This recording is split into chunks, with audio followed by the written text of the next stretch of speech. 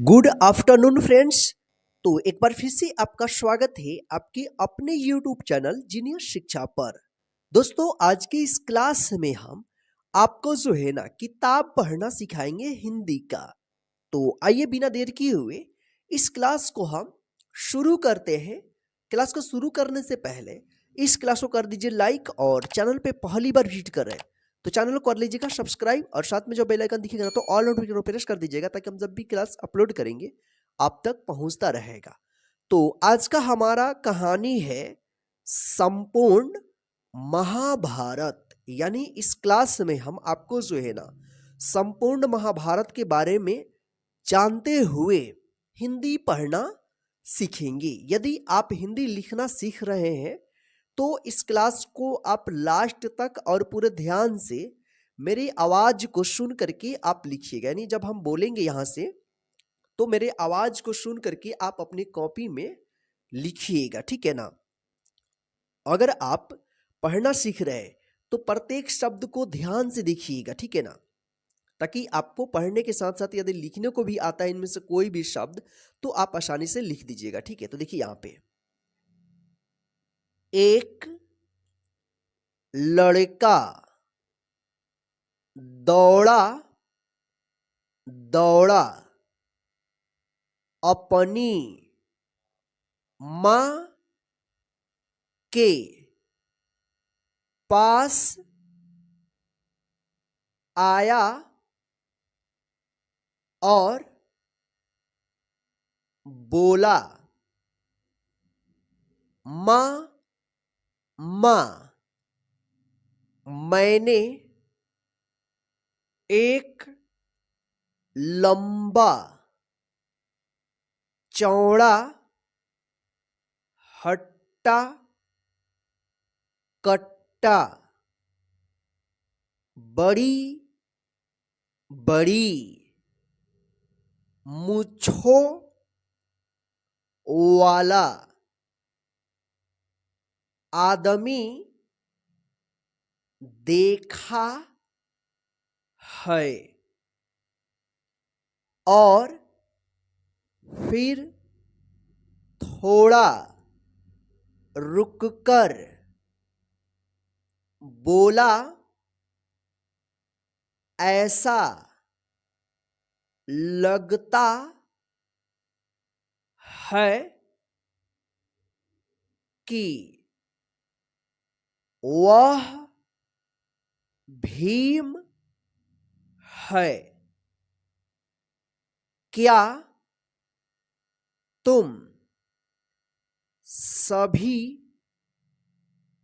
जानते हो कि भीम महाभारत के प्रमुख नायकों में से एक है।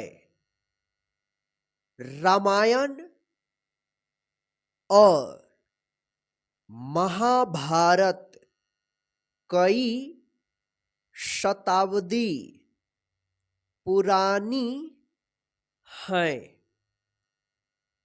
लेकिन हमारे लिए इनके पात्र आज भी सजीव हैं। महाबलशाली पर्वत को उखाड़कर ले उड़ने वाले हनुमान भी थे। ये सब भारतीय बच्चों के लिए उतने ही सच है जितने उनके रोज के जीवन में आने वाले लोग, उनके पड़ोसी, मित्र, बंधु बांधव। महाभारत की कथा इस प्रकार है। हस्तिनापुर के राजा शांतनु के दो पुत्र थे, धृतराष्ट्र और पांडु। बड़े भाई धृतराष्ट्र अंधे थे, इसलिए सिंहासन पांडु को मिला।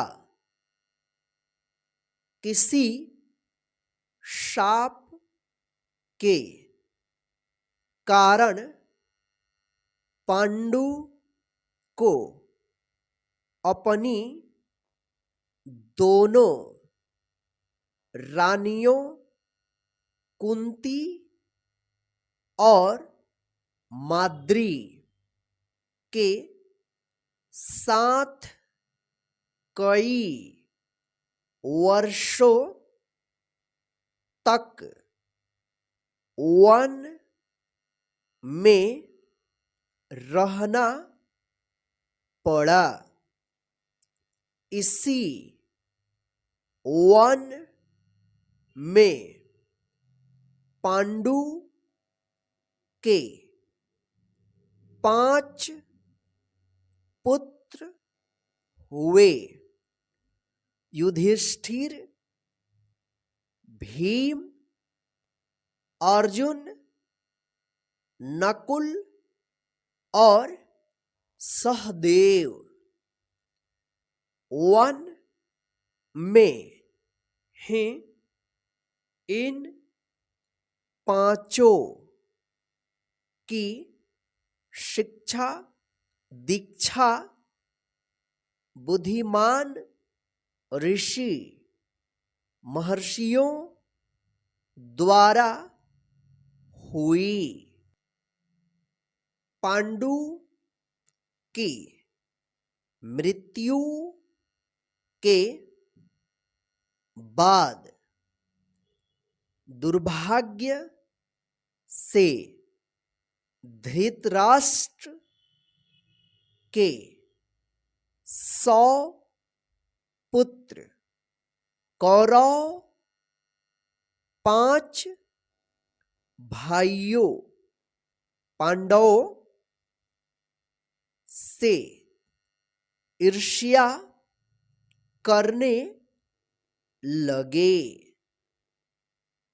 कई बार उन्होंने पांडव से छल कपट का व्यवहार किया,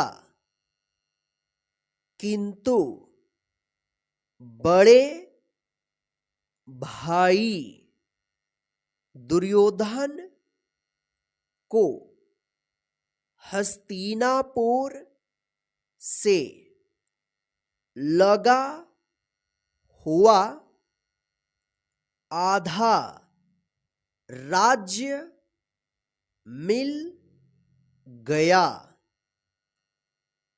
और पांडवों के बड़े भाई युधिष्ठिर को इंद्रप्रस्थ से लगा शेष आधा भाग मिला। कुछ वर्ष तो शांति से बीते, फिर एक दिन कौरवों ने पांडवों को पासे के खेल का निमंत्रण दिया। पांडव हार गए और खेल की शर्तों के अनुसार उन्हें राजपाट छोड़ वन में 13 वर्ष का वनवास व 1 वर्ष का अज्ञातवास करना पड़ा।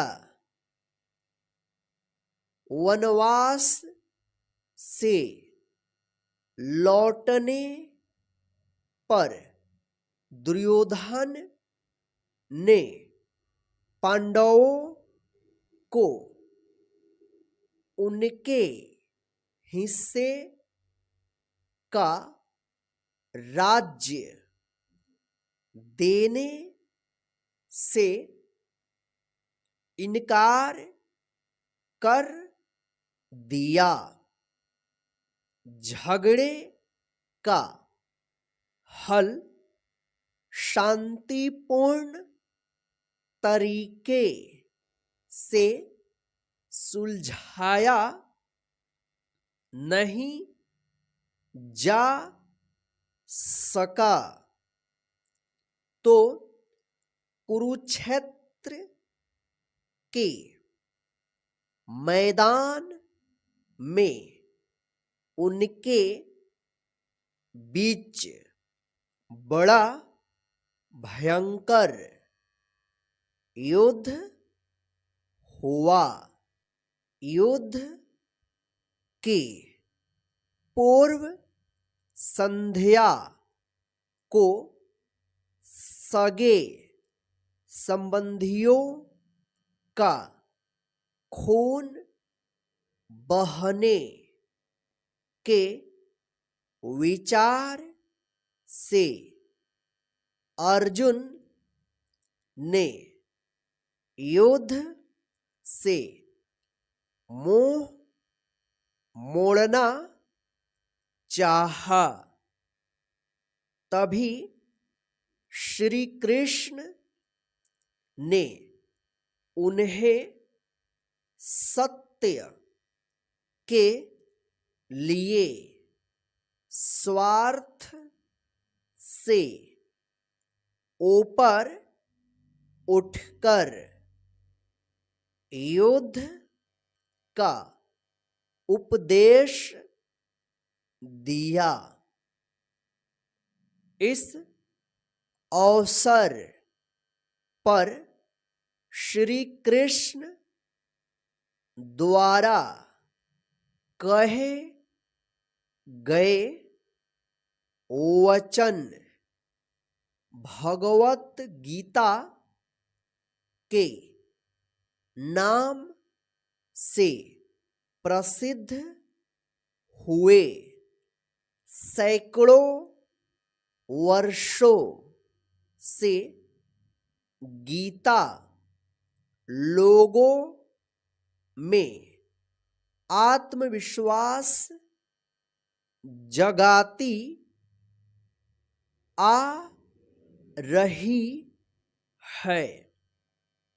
उन्हें धर्म का रास्ता बताती आ रही है और उनकी आत्मा को शक्ति प्रदान करती रही है।